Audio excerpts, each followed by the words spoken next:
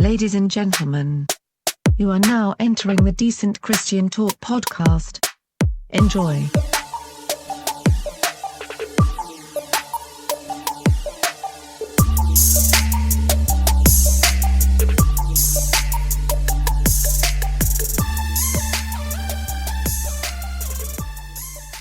All right, so we are here today with Josiah, of course, but we also have a special guest. Why don't you introduce yourself? Hey guys, this is Josh Balogh of Jesus Freak Hideout, joining Gabriel and Josiah on the Decent Christian Talk podcast. Welcome. Yeah, and we asked Josh Balogh to join us because this is a very special episode. We're talking about jars of clay. We've done episodes like this in the past where we've talked about Audio Adrenaline and the Newsboys catalog, but we needed some help with this because we know that this is one of Josh's favorite bands, and for those of you that haven't been paying attention, Josh constantly puts out these lists that are, well, sometimes they're controversial, but most of the times they're very, very accurate, or at least somewhat accurate. But in the ballpark. I would say in depth. I would say tedious, that he goes through thousands and thousands of songs just to throw out there to argue with someone who's just better. to destroy the internet a little bit. I know, just for a day. I think I think the toughest one was the entire Reliant K catalog. I don't know how you did that.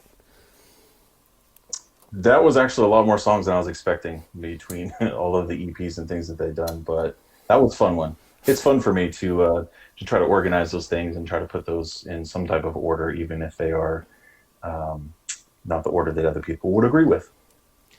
My problem with ranking all those songs, and even what we're ranking today, is I will rank something, and then the next day I'll be in a different mood, and my rankings will be all different, just based on the mood I'm in. So, do you ever just sit there and, because you're writing out hundreds of songs, do you ever come back after a few minutes and you're like, nope, scrap the whole thing and start over?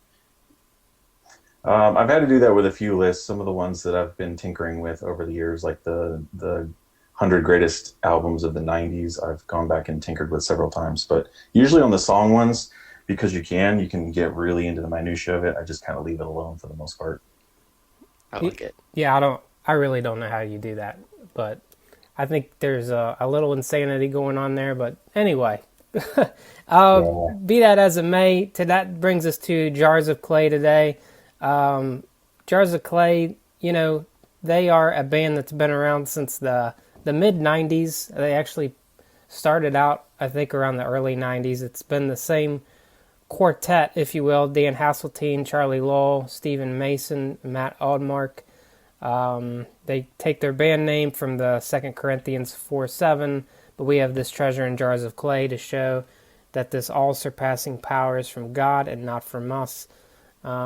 It's quite interesting when you have a band that has stayed together, no lineup changes. What do you think when you see that happen? What comes to mind? Because there's so many bands that may have been around that long, but oftentimes it's pretty rare that you don't see a lineup change. Yeah, it's very rare. It speaks to the fact that they obviously like each other and enjoy making music, and they were on the road for a long time together. I think it also is probably why they haven't ever had an official "we're done" breakup kind of thing, even though it's been a long time since their last album. I'm still hopeful that they'll make new music. They still kind of left that open. I think they just had a common mission of wanting to make music that was kind of not just explicitly Christian for Christians and not too Christian for the mainstream market, somewhere kind of in the middle there. But you're right, very rare. In order to do that, you have to all have the same vision, because whether or not you have different styles in music or different messages you want to put out or anything like that, in order for a band to stay cohesive, I'm sure they've had their disagreements, but at the same time, for them to be this consistent for this long with no lineup changes means, one, they probably get along, and two, they have the same goal in mind, whatever that goal may be.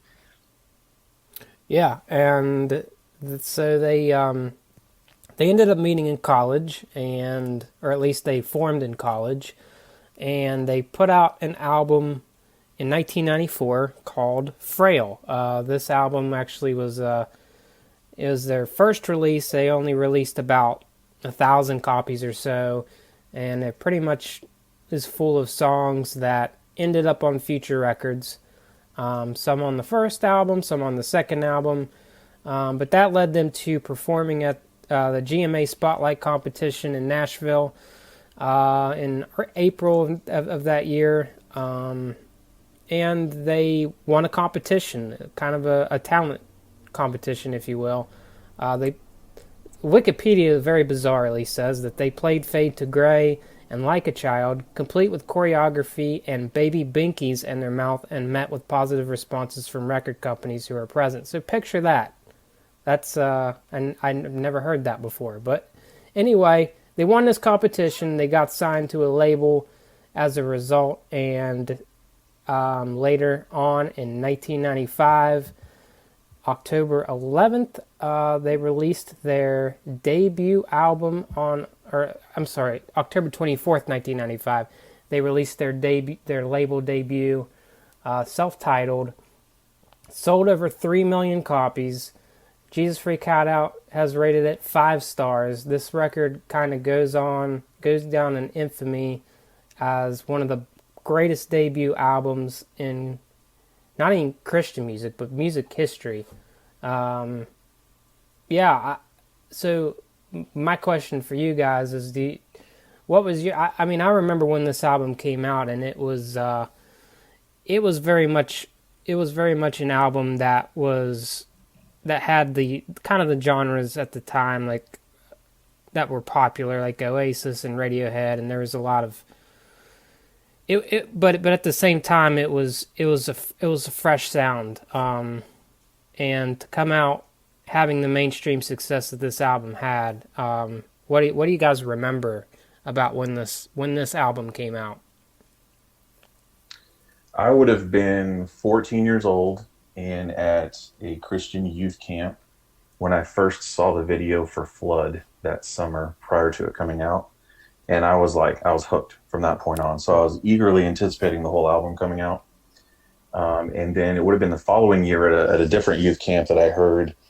Of course, I already had the album at this point, but heard the song Liquid over some really awesome speakers. And it just kind of cemented it as a favorite song of mine by them. So I remember being kind of like my mind blown a little bit, because I had just started moving away from more of the pop CCM stuff that my parents had kind of started me on listening to choosing my own music. And they were one of the bands that I latched onto right away just because of the acoustic rock kind of sound. So it just, my 14-year-old mind was just blown at that point. And it must have been shortly after that I really just kind of latched onto them as a favorite forever kind of thing. I think the first memory of Jars of Clay for me and a whole bunch of people is that opening guitar riff in Flood. The acoustic sound. It's so darn catchy. It just grabs you and pulls you in, and that whole song is just incredible. I love that song so much. Yeah. And this album is thick because it has so many different songs that I realized when I was going through the entire catalog and listening that I knew 2 or 3 songs very well off of every record, but then some of the deeper cuts I really didn't remember that much. I haven't been an avid Jars of Clay fan like maybe Gabe or Josh, but this album, when I was listening to it, was front to back. I kind of remembered the whole thing, and I think this is the one I enjoyed the most. Just like going down memory lane, and of course Flood, which is Jars of Clay 101, literally. Yeah, and it's interesting that, very early on, because of the success, they toured with mainstream bands like Matchbox 20. They even opened up for Sting once, the artist, not the wrestler. And so like even early on, they saw so much success. I remember, this is kind of a weird story, but I remember seeing them live for the first time, and a lot of their first live reviews were not very good because, I don't know, maybe they were just kind of figuring out their sound live, but I always thought that they were pretty good live, at least like the energy that they had and the stage presence that they had. Maybe sound-wise, they were still trying to figure that out, but yeah. I always think of when you hear a Christian song on a secular radio station. That was always a huge deal for me growing up. When you would hear "Meant to Live," or even now, if you hear 21 Pilots or something like that, that's always just cool to be like, hey, one of the good guys made it, right? So when I remember hearing "Flood" on secular radio, and that just got me so hyped up because I was like, hey, we're out there, like we're Yeah. we're famous. You still hear that love song for a savior every now and then on like a commercial. It's just it's it's weird how this album still kind of pops up in places even today. So yeah, that's the first album. I before we move on to the second album, at some point they released an EP called Drummer Boy. It's not really clear. Maybe Josh, you can help me out with this. If this came out in 1995 or 1997, I can't. The internet was not really timed to me when I was looking that up. Do you happen to remember when that came out, or? I don't know for sure, but I do think it was before Much Afraid came out, Okay. so maybe in 95 or 96. Okay, and that's, for me, that was kind of notable because I really loved their rendition of Drummer Boy, and it's also notable because they have released quite a bit of Christmas music in their catalog, but we won't cover that too in depth because they have so much other main album stuff. Much Afraid came out in September 16th, 1997. Was probably very, very hard to, probably pretty intimidating to head into the studio and record an album after the success that they had with their debut album. Jesus Freak Hideout gave it 3.5 stars, which I think was I don't know, maybe a little bit below what I would rate it. Fade to Gray and Frail, which were on the demo that they recorded in 1994, showed up on this album. The album title came from a novel from 1955 called Hind's Feet on High Places. And there was also some mainstream success on this. There were some things that looking through and researching for this that I found out that the song Five Candles was actually originally written for the soundtrack for Liar Liar, if you guys remember that Jim Carrey movie. Yeah. I did not know that. The pen is blue, right? Right. And then there's this was the first time that the band earned a Grammy Award for this album. And so for me, the first thing that I remember from this album was when, again, a lot of my memories with albums and bands is my experience with them, seeing them live. And I remember Stephen Mason playing a guitar solo with his teeth during Crazy Times, and I thought that was when that album came out in 1997. I was probably 12 or so at the time, and I thought that was the most amazing thing that I had ever seen in my life when it happened. And I remember he did that at the Dove Awards too, and I thought that, like, man, these guys are really pushing the envelope here. But yeah, I mean, there's a couple other songs, but that's just, I don't know why, but that's a memory from this album that I always remember, is Stephen Mason playing the guitar with his teeth on that song. Yeah, I remember that too. I think I saw the playback of the Dove Awards after they were over or something like that, and I remember I was just like, I thought that was the coolest thing because, I grew up, exclusively on Christian music, and so I had no awareness of rock musicians, and that would have been something that anyone else would have ever done before. So my mind was just like, what is he doing? So I remember that as well. I remember immediately hearing this album and not liking it as much as the self-titled because the sound was different. They kind of plugged in a little bit and a little bit more electronic, and it took me a while to warm to it. But because I decided to really just kind of follow the band, it grew on me, and it's now one of my favorites. I own it on vinyl. It's one of the few vinyl records that I have. I have the self-titled, and I have this one on vinyl as well. So I consider it to be, I think 3.5 stars that Jesus Freak Hideout. I don't know who rated that. That would have been somebody way back. But I think that's far too low. I would certainly give it 4.5, maybe the 5-star rating for that one. Yeah, I think we always talk about how musicians spend their entire lives creating their first album, and then 2 years or less later, they're expected to put out a second album. And I think they did a pretty good job for a sophomore album. There's normally the sophomore slump, but yeah, definitely Crazy Times is something that is the one I remember off this album. And Overjoyed is another one that I remember, but probably not. I really enjoyed listening to it, playing it all the way through when I was preparing for this, but I don't know if I can name anything else off of this album. I think the fact that they fleshed out the song Frail and added words to it really added something to it, obviously, that made it just, I think, a perfect song for that album.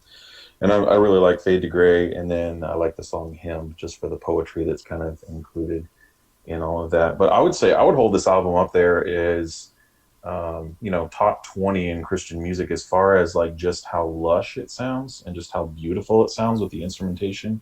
I don't know many other albums other than maybe Sixpence None the Richer's self-titled from, I think, the same year, that I would put up there as far as like it just sounded beautiful, even if it's not your style of music. Like just with all the orchestra and stringed instruments and stuff in it, it just sounds beautiful. So on vinyl, it sounds really, really good. Yeah, I think out of all their albums, this album has like grown on me the best. Like it is aged very well for me, and so yeah, I think this may end up in my top 5. We'll see. Ooh. Yeah, so that takes us to their third album called If I Left the Zoo. It came out on November 9th of 1999. Jesus Freak Hideout gave it only 3 stars. That's a little surprising. But one thing I remember was Unforgetful You had some mainstream success. It was in the soundtrack of the 1999 movie called Drive Me Crazy. This album also won a Grammy Award. Unforgetful You is one of my favorite Jars of Clay songs, like of the entire catalog. I also really like Collide and No One Loves Me Like You. I think they were really starting to, on this album, they were really trying to kind of expand, like some of the instruments that they used. Like they used some accordion on this album. They used, I think Stephen Mason, more than anybody, was really trying to show what he could do. Him and Charlie Lull both kind of showed, I at least began to show some of their diversity, and that's kind of one thing that I kind of took from this album.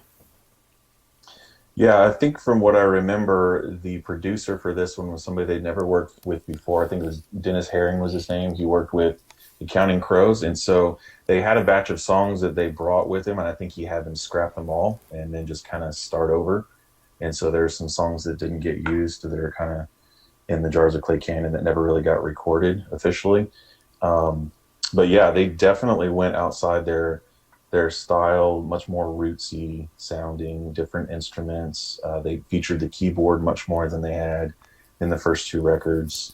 And I think, the first 4 songs specifically, I think are really strong. And after maybe track 5 or so, they experiment, and there's some different stuff there, and they're all good songs, because I don't think Jars of Clay's ever written a bad song. Maybe I'm biased, but I don't think they've written like a truly terrible song, but just ones that I like better than others. So I think it's certainly higher than a 3-star album, but I could see why people wouldn't rank it as highly as the first two. Certainly, it was very different from the first two. So yeah, I think you kind of had to really, really be a fan that was willing to stick with them through whatever. But you kind of got a lot of them, at least for the fact that they went with 3 different styles on the first 3 records, rather than just kind of milking one specific sound over and over again. I appreciate that about them. Yeah, I like that a lot, and I specifically remember "Collide" off this album because it's probably the first song that gave me the same feeling that "Flood" did. I don't know why, just the intro to that song, and then when the guitar comes in, like "Collide's" probably one of my favorite top 5 songs from Jars of Clay.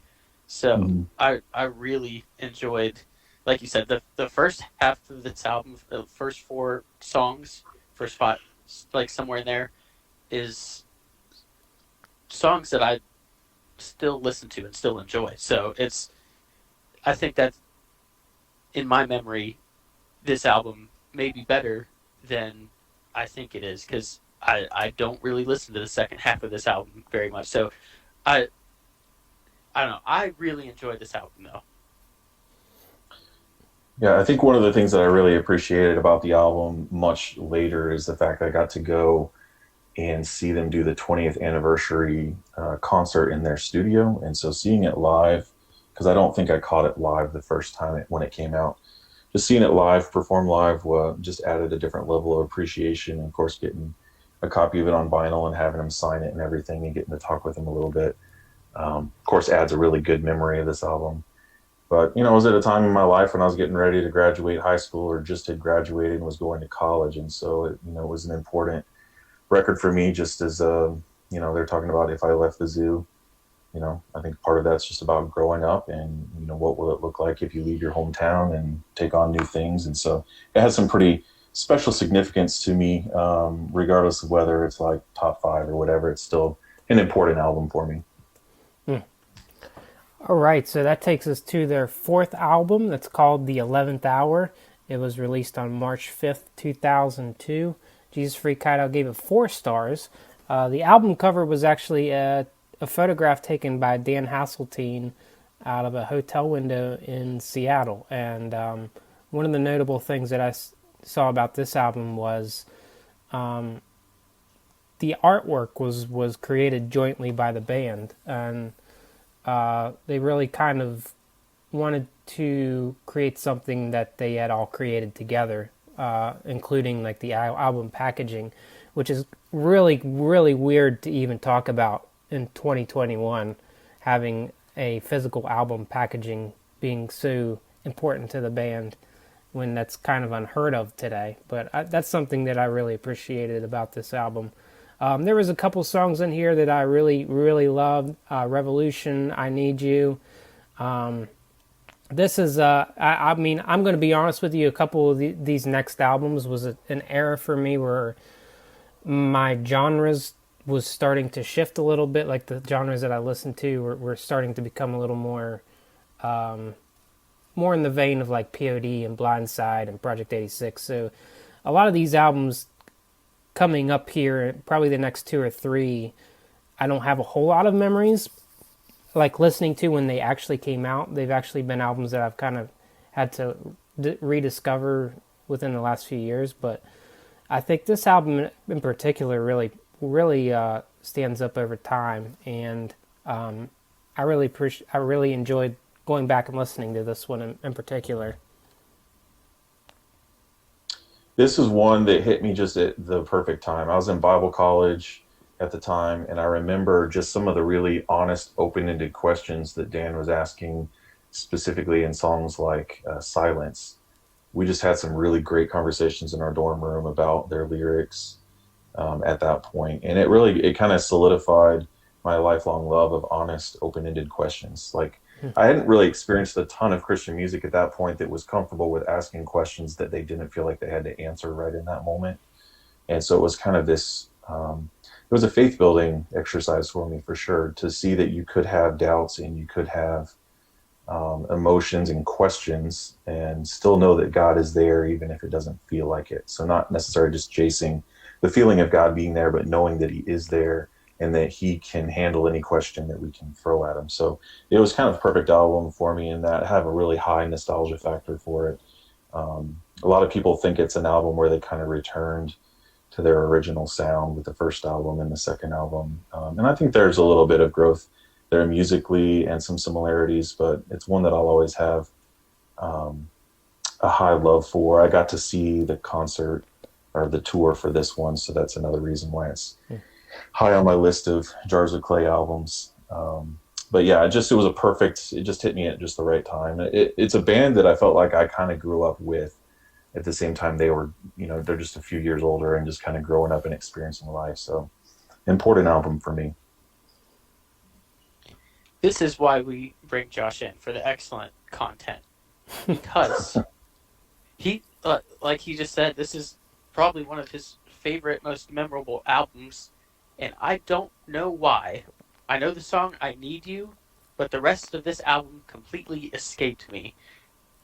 I have almost no memory of it. And listening to it back, preparing for this podcast, I thought, how did I miss this? Because this is more towards the sound that I like from Jars of Clay. And I think I really enjoyed the first playthrough. Probably the first one that I've ever heard, because I don't remember it. Maybe I've taken too many bumps on the head in my life, which is possible. But I think that if I remembered this at the time it came out, like Josh remembered it, I think I would enjoy it a lot more. In fact, I want to go back and listen to it again, because it was one of those where I was listening and I was like, I don't know the words to any of these songs, but I'd like to have a sit down more in depth, like while I'm not working or driving or whatever I was doing while listening to it. But I like the sound that this whole album brought. Yeah, and I think for me, the hardest part for me was and I'll probably talk about this a little bit later, Jars of Clay is a band that I did not get to see live as much as I would have liked. And there was kind of a gap in between here too, where I didn't get to see them as much as I would have liked. But be that as it may, I would like to say that there was an album that they released in 2003, February 4th, called Furthermore. Jesus Freak Out gave it 4.5 stars. It was actually a greatest hits project, if you will, but what they did was they decided to not kind of do the traditional greatest hits project. They re-released a lot of their songs in acoustic versions, in live versions, and people really enjoyed the heck out of this so much that it went gold, which is kind of unheard of for a greatest hits album, but I thought that was cool listening back. But Who Are We and Who We Are Instead was the album that came out after that, November 4th, 2003. Jesus Freak Out gave it 4.5 stars. These next two albums in particular, I would say that I have listened to probably the least out of all the Jars of Clay albums. Again, a lot of that was because of what I was listening to at the time, and I think a lot of this was, and I don't know, maybe Josh, you can talk about this, but I thought, this was kind of the era where Michael W. Smith and Third Day and just about everybody, the Newsboys, were putting out worship albums.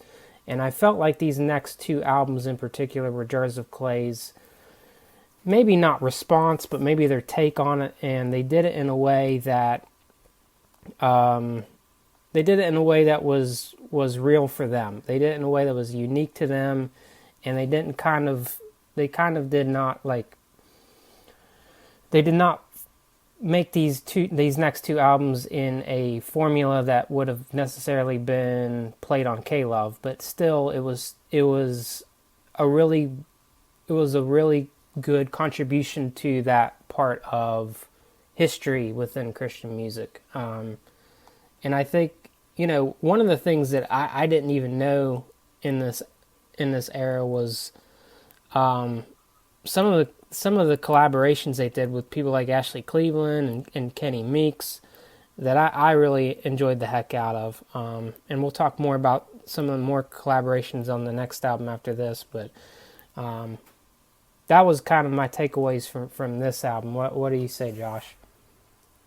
Yeah, I mean, I don't know that I've ever heard any of the guys from the bands explicitly say this, but it felt to me like it was their compromise to. They probably had record labels at this point. I don't like. There was a period when they were independent, and I don't think this was it. I think it may have been the album before that they self-released, but or maybe they just self-produced that one. But anyway, a little pressure from the record label. This is what's hot in music right now. It's worship music.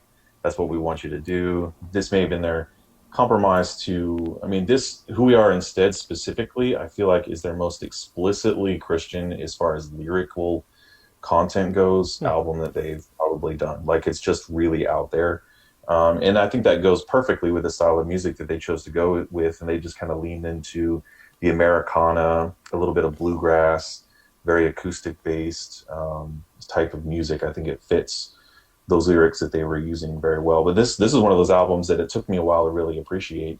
When I first got it, it was a cool thing because it was one of my best friends at the time that's now my wife. She bought it for me and had put it in my car in the CD player already. And when I got in the car for us to go somewhere, it was already playing. So that's how I ended up first hearing this album. And, I'm not a big fan of country music, but there's a lot of country and Americana influences in this album. So it took me a really long time to kind of warm to it.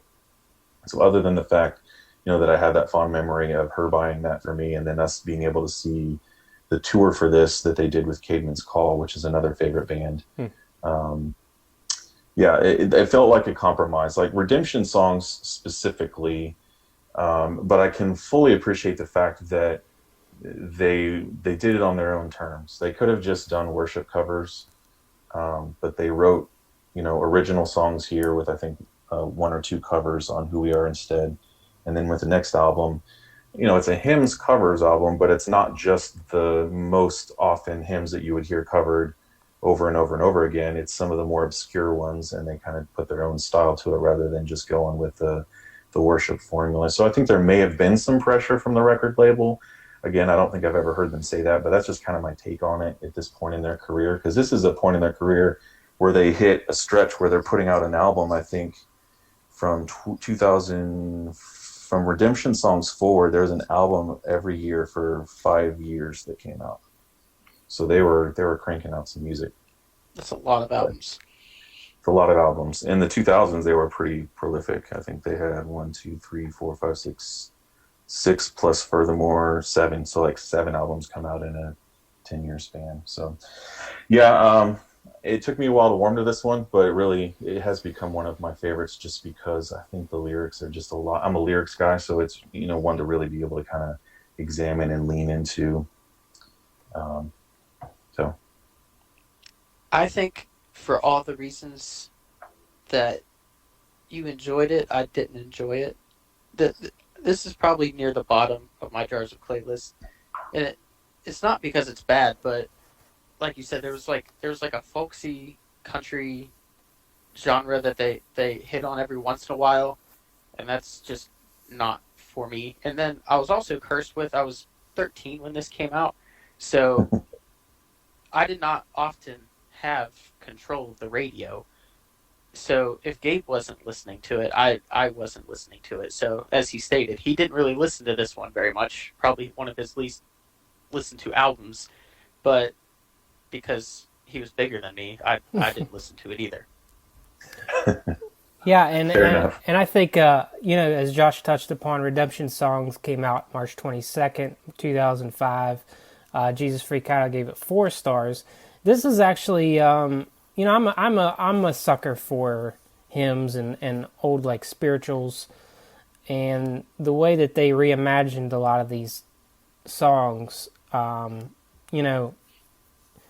had some really unique collaborations with like Martin Smith, who I adore to this day, Sarah Kelly, even the Blind Boys of Alabama. I mean, this album for me was one that I really appreciated, and it's in a lot of ways like some of the stuff that Crowder has done lately, the way that they reimagined some of these songs. And this was actually the time period where I saw them live for the first time in several years, and I actually remember them playing some of these songs.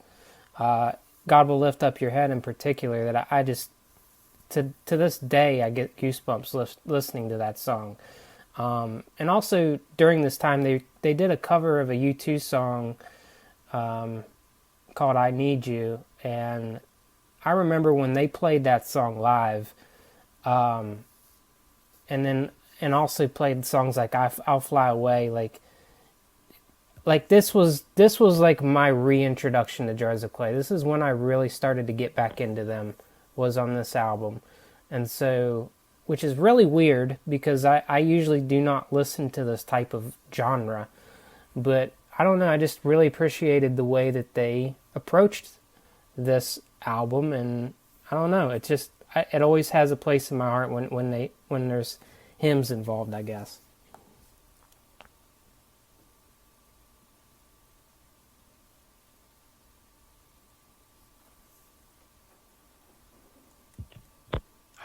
I agree with that, because I do. I was thinking the way to put the words. One of the things that I complained about earlier is maybe not knowing the lyrics to every Jars of Clay song, like maybe you guys do. But this album is easy to sing along with because everybody knows the lyrics to these songs. Deep down somewhere, they learned them when they were little. And God Will Lift Up Your Head is, I don't know if it's my favorite Jars of Clay song of all time, but it's my most listened to Jars of Clay song of all time, because it's literally an uplifting song, and it's almost like an anthem to someone that has their head down. And I don't know, a lot of times, especially lately, I'll wake up and I'll just say it's going to be a good day. And I just got out of bed. I don't know if it's going to be a good day or not, but instead of waking up and saying, I can't believe I have to go to work today or something like that, I'm just trying to say, okay, it's going to be a good day. And God Will Lift Up Your Head is kind of one of those statements that, I mean, even if you don't necessarily feel like it, God will be there. So that song jumps out to me, and it's top 2 or 3 songs for me from Jars of Clay. Yeah, I don't have a ton of memories from this one. I own it. I've listened to it. I like to revisit a few of the songs. I think they were born to sing the song I'll Fly Away. I love that version of the song. There's quite a few of them that I enjoy. God Be Merciful to Me. God Will Lift Up Your Head I also love. Hiding Place. There's one song on here that I just don't like the take of it. It Is Well With My Soul. It just feels a little too peppy or poppy or something. Something about it like grates on me. So that's really the only negative thing I would have. On Jordan's Stormy Banks I Stand is really good. Yeah, so there's a lot of good songs. And I like to revisit it every once in a while when I just kind of feel myself needing to kind of recenter just the history of these hymns that I grew up on, and just the comfort of Jars of Clay kind of brings me back if I'm feeling anxious or something like that. So I'll revisit it from time to time, but it's probably the one, maybe aside from the Christmas album, that I listen to the least. I feel like this is a good album to have. Everyone has or should have kind of like a relax playlist, or just like a calm playlist where you throw some songs on where you might not be in the best mood, and you listen to these, not sad songs, but songs to kind of break you out of that mood.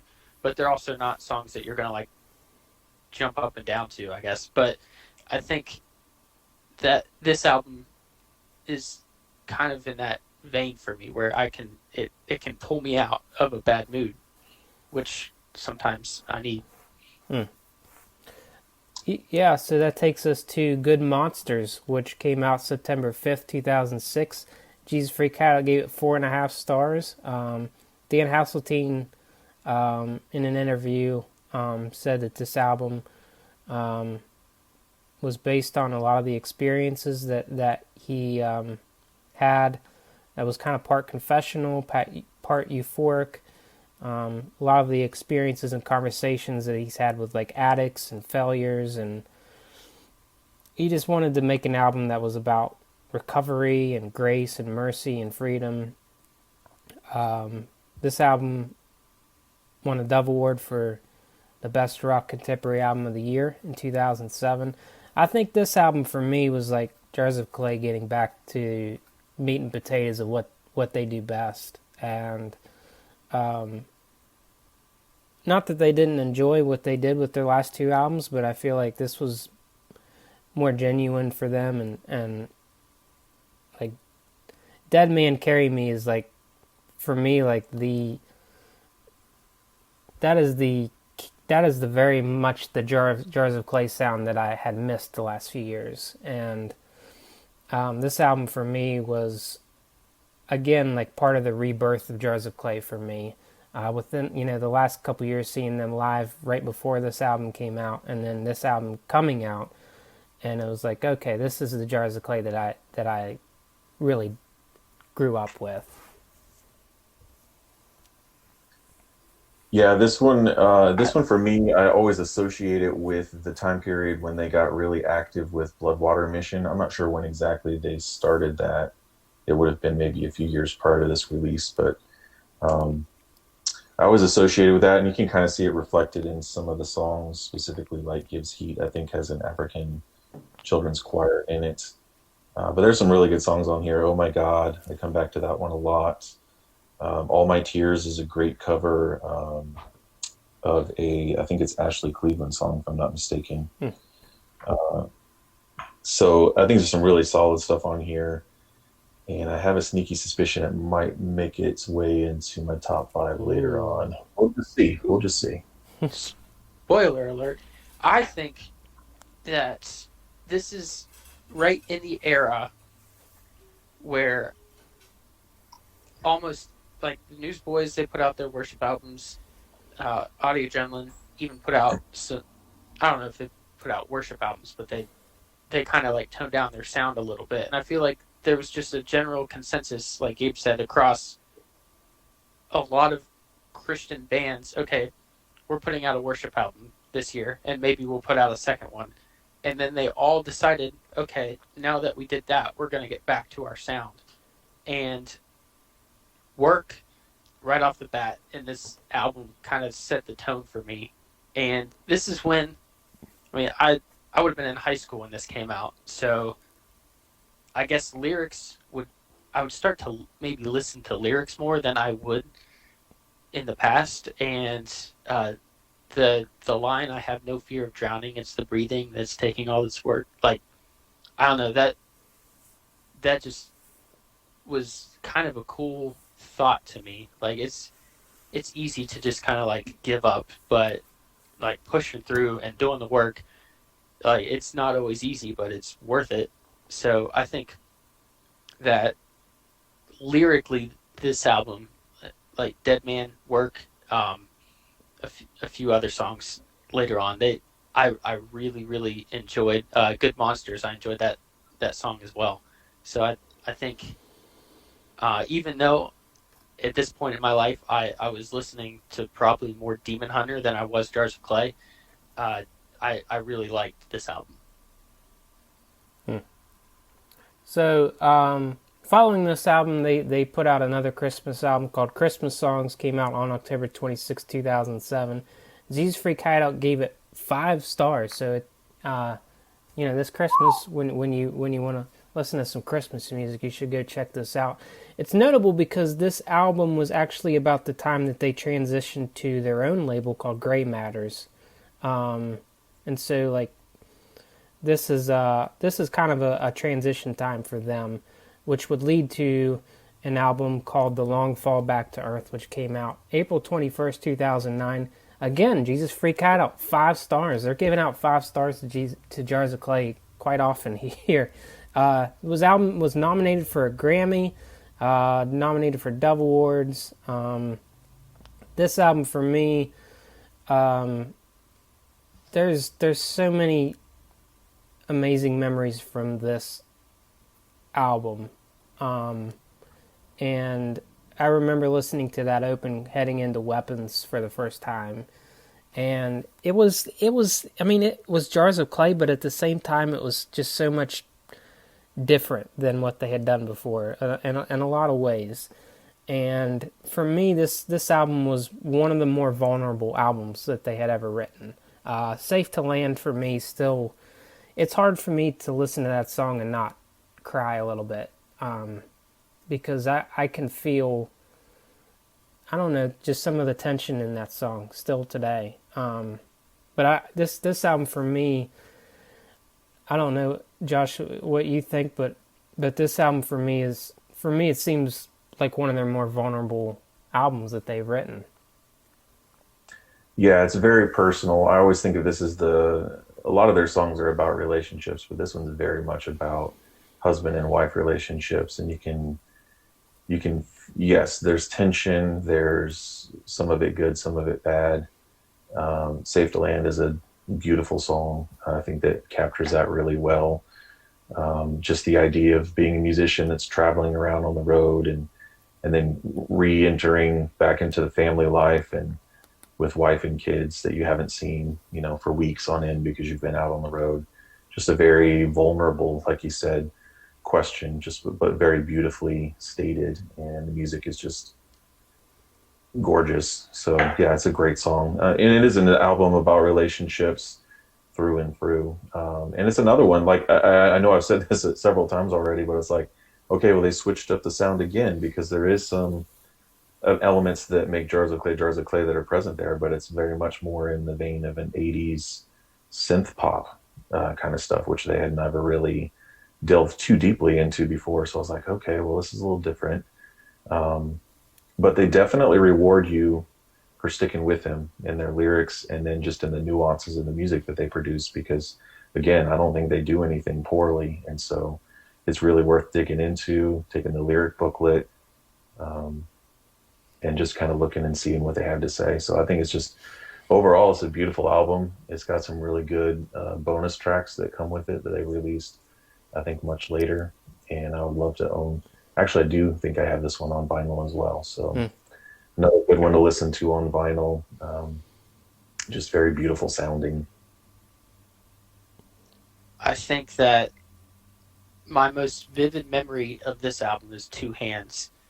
It's such a cool concept. If I had two hands doing the same thing. And I don't know if I'd ever heard it worded like that before. I mean, I've heard people say one hand doesn't know what the other hand's doing. I've heard we're the body of Christ, we're supposed to work together. I've heard just about every other way you could phrase that, but it's just so simple. If I had two hands doing the same thing, like working together, glorifying God, not fighting myself, then like maybe we could make some progress, not only in ourselves, but in the church and all throughout the world. Like, why are we fighting each other? So I think just listening to that song, that one hit me different, because it's such a simple concept, but at the same time, you're like, well, why didn't I think of that? Like, why didn't I think of saying it that way? What, like, it really kind of spoke to me in that way. That's good. So that takes us to their ninth album, I think number 9, called The Shelter. Came out October 5th, 2010. This was an album that was just completely full of collaborations. They collaborated with so many people on this album, from Toby Mac to Mac Powell to Lee Nash from Sixpence, David Crowder, Thad Cockrell, who was on Jimmy Fallon this year, showed up on this album twice, Audrey Assad, even Derek Webb, Brandon Heath, Burlap the Cashmere. But yeah, this album was, I guess in a lot of ways, you could probably call it a worship album. In fact, it was nominated for a worship album for Dove Awards. But at the same time, like, I feel like in a way that maybe like Redemption Songs and in a way that Who We Are Instead may have not captured what I love about Jars of Clay as much. I feel like The Shelter did. And the way that they interlapped all these collaborations to make it kind of like a community album kind of really kind of captured the idea of the whole album, which was The Shelter, which is taken from an old Irish proverb, and the chorus is, "In the shelter of each other we will live." And I think even today, when you think about just that idea, that's pretty powerful to think about. Even in a time where we've had to be socially distant, it's really important to lean into that. And this was the last time I ever saw them live, was on this tour. And I actually, funny story, I got very sick that night, but I refused to, actually when Derek Webb, who opened for them, played, I was in the bathroom really sick, and I refused to leave. I stayed in the aisleway right next to the door, and when they hit "I'll Fly Away," which I knew was going to be their last song, I left. Man, this album for me, I'm not going to spoil it, but this is really special for me. Yeah, I love the concept behind the whole thing. Like, what better way to wrap up the idea of community than to have a community of your friends come join you in making an album about just that. I mean, the song "Eyes Wide Open" that Mac Powell and Burlap Tekesher and Derek Webb all sing on, it's a great song. "God bruised the heels we've dug in the ground that we might move closer to love." I mean, that's just a killer line. And that stuck with me for so long, including that Irish proverb that the whole album is kind of based around. I think it's been a pretty foundational thing for me ever since I heard it on this album and just heard them talking about it. So I guess over the last 11 years, foundational just in how important community is. We need it more than ever in these times. And, we've got to be brave to offer it and to be vulnerable to accept it from people, because that's what we're all kind of craving. So I think revisiting this album may even be a good idea just for some of the ideas that are there. But "Eyes Wide Open" is definitely a song that has stuck with me, even though it's not, I wouldn't consider "The Shelter," for me anyway, like a top tier Jars of Clay album. I still think it's solid and very good and certainly worth listening to. I think that this album came at a good time in my life, and I don't remember which song it was, but it may have been "Shelter." But I think I heard at church. I heard it at church, and I don't know. I couldn't tell you if the band played it or if it was just a song that was playing in the background while people were walking around or whatever.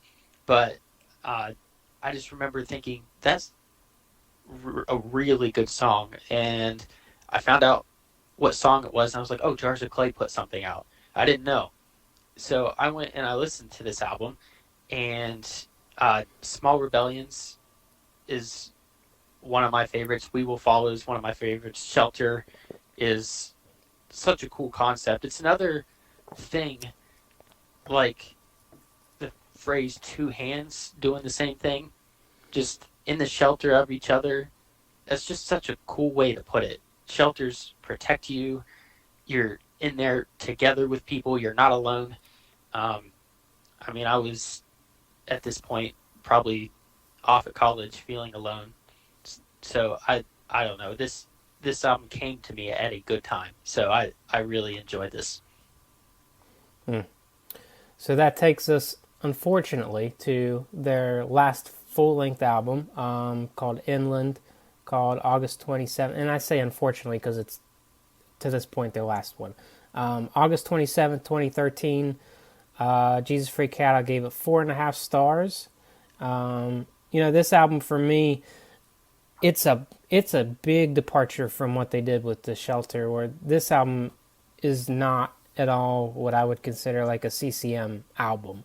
And in a lot of ways, the way that Long Fall Back to Earth was vulnerable, this album was also pretty vulnerable, where they just kind of, I don't know, maybe they looked back and they saw some of their own shortcomings, and they wrote about them. And I think for me, I really appreciate that about this album. And like Age of Immature Mistakes, Reckless Forgiver, Loneliness and Alcohol, these are all songs that I still go back and listen to. It's hard to believe that this album came out almost 8 years ago, but yeah. Yeah, it's hard to believe that it's been that long, for sure. I don't remember what was going on in my life at the time that this came out, but I remember just really being drawn to several of the songs, and then being bugged by one of them. Age of Immature Mistakes bugged me because of the way that it seemed to speed up at a certain point, and I came to realize maybe that was kind of part of the point of the song, just talking about immature mistakes. If you're going to be in a rush to do something, there's something about I think the chorus that just kind of sped the song, where it felt like it was going too fast, and so it just kind of irritated my ears or something like that. But I think it then just kind of drew me to the idea of the song, and that maybe that was purposeful. So anyway, but Love in the Hard Times I would consider like a top 10 Jars of Clay song for me. I think it's beautiful. And Pennsylvania, I think just kind of the swirling strings and everything just kind of returns back to kind of what you got from Blind and from Frail in the first two albums. So I thought that was a good nod back to the past. And then I just love the idea of Inland, the closing song, and that they saved it for last, just talking about, keep going inland until you find people that don't know the message that you're bringing. And so if it is the last album we ever get from them, I think it is a very fitting swan song, but I really do hope that they put something else out again in the future here. When you were talking about Age of Immature Mistakes, Steve Taylor popped into my head with his song Am I in Sync, where he purposefully plays that song out of sync, and that drives me nuts. So I understand your frustration with that song, but I don't remember much about this album. I know that listening to it for this podcast, Loneliness and Alcohol is a song that jumped out to me, and I really enjoyed that. And I'll probably have to do a deeper dive on some of the lyrics to understand it as deeply as our brilliant Josh does. But I see they also put out Inlandia, which is a remix of this, and I did not listen to that one preparing for this. How is Inlandia different than Inland? It's remixes, kind of very electronic remixes by several people, and it just, I didn't care for it. I mean, I listened to it maybe once or twice, but I didn't know if it was like an electronic remix or if it would be just like a cover, or I didn't know much. I didn't know anything about it because I just saw it when I was looking at this now. Yeah, there's a couple cuts on there I like. I need to go back and listen to that. Well, Gabe's the electronic guru here. DJ Gabe Real. Yeah, so as Josh alluded to, Jars of Clay has never really formally made any announcement about if they're officially done. And I mean, to be fair, they've released some things here and there, some projects. They released a Christmas project in 2019. They're actually playing. They play annually. They have their own like Christmas show in Franklin in early December that they've been doing annually. Of course, they had to do it virtually last year.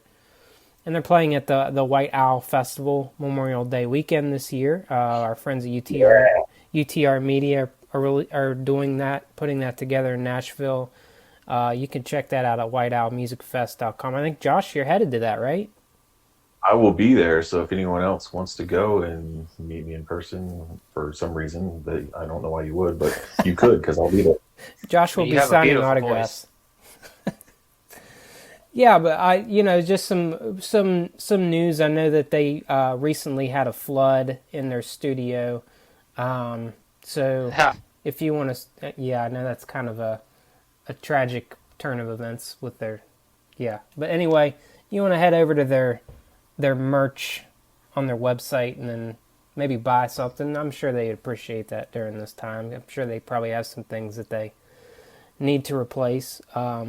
But yeah, there's a lot of rumors that they're done making music, but I hope that that's not true, and I hope one day that they make music. But with the music that we have, briefly, we're all going to give our top fives, and this is very hard. This is like picking your favorite Oreo flavor out of 10 very good Oreo flavors. It's very hard, but I will go first with my number 5. Number 5 for me is If I Left the Zoo. I almost put Inland at number 5, but I put it If I Left the Zoo. Well, that's good because I put Inland at number 5. All right, so I cheated because I have a 5A, This is normal. 5B. No, I couldn't decide because The Shelter had more songs that I really, really liked. But Redemption songs, God Will Lift Up Your Head, if I had to pick just now, that song is so much in my favorite of Jars of Clay that Redemption songs would be my number 5. Okay, so you're actually locking in a pick for number 5. I'm locking in that it could either be Redemption songs or The Shelter. Okay, fair enough. But, All right. Well, okay, that takes us to number 4. For me, number 4, like I said earlier, Much Afraid. It's an album for me that has grown on me probably the best out of all their albums over time, and it's an album that I probably enjoy even more now than I did when it came out. And for me, my number 4 is going to be Good Monsters. Nice. Ooh. My number 4 is also Much Afraid. Definitely Crazy Times and the song Overjoyed are some of the iconic ones off of that album. But Gabe definitely copied me because I wrote this down first. I'm sure of it. Okay, so for me, the next 3, like, I knew that these would be in my top 3, but I didn't know where they would end up. So currently today, this is what it is. Number 3 for me is Long Fall Back to Earth. That is also my number 3. Oh, nice. Long Fall Back to Earth. Nice. My number 3 is If I Left the Zoo. Oh, interesting. Nice. There's a good chance that my list is going to be different than your guys' list. This is where it may get crazy. So, because number 2 for me is their debut, self-titled Jars of Clay album. And my number 2, that is interesting. That's interesting. My number 2 is Much Afraid. Oh, cool. My number 2 is Good Monsters. All right, so that takes us to our number 1. And for me, drum roll please, number 1 is The Shelter for me. I'm not going to lie to you guys. I listen to this album probably once a month. At least once a month. I don't know why, but this is an album that has always resonated with me, and it just never gets old for me. I don't know why, but it's number 1. I am surprised, and that's awesome. That's cool. Anybody that knows me probably knew, spoiler alert, what my number 1 would be, but it's the self-titled. It's the album that I've bought most often from thrift stores and given away to other people. I own 3 copies currently on CD. I also have it on vinyl. It just there's an attachment there that probably will never be broken. It's my favorite album of all time. My favorite Jars of Clay album is one that they did in the mid to late 2000s called Essential. It is a best of album that Jars of Clay put out. I'm just kidding. My best is also Jars of Clay, the self-titled. Although, go listen to Essential because all the songs that I've mentioned that are some of my favorites are on it. So if you're looking for just, never heard Jars of Clay before and you kind of want to check them out, they do have a best of album out there, and they also have really good Christmas music. But the self-titled album, I juggled it, but it's just too iconic not to put it number one for me. It's just deep in the songs that I know every word to. Like I said when we talked about it, this is the one where I listened to it. I was like, okay, I remember this is Jars of Clay. This is what I grew up with. All right, well, I guess we'll agree to disagree on our top two. I mean, it's 2-1 that we're right. So, Josh and Josiah. Well, Josh, thank you so much for joining us. Do you want to give a plug to your infamous website? Oh, sure. It's Josh. Let's see. I don't even know what it is. I think it's joshbalogh.wordpress.com. You can see all the shenanigans. I've slowed down on what I've been writing just because I have less time on my hands. But yeah, feel free to stop by and disagree with me on anything that's there. And of course, Josh is a contributor to Jesus Freak Hideout and has been a contributor to the Jesus Freak Hideout podcast, which is excellent as always. And thank you so much for joining us. We could not have done this without you because you are the resident Jars of Clay guru. Oh, well, you're too kind. Thank you for having me. It was so much fun. Don't forget to tip your waiters and waitresses. Thanks.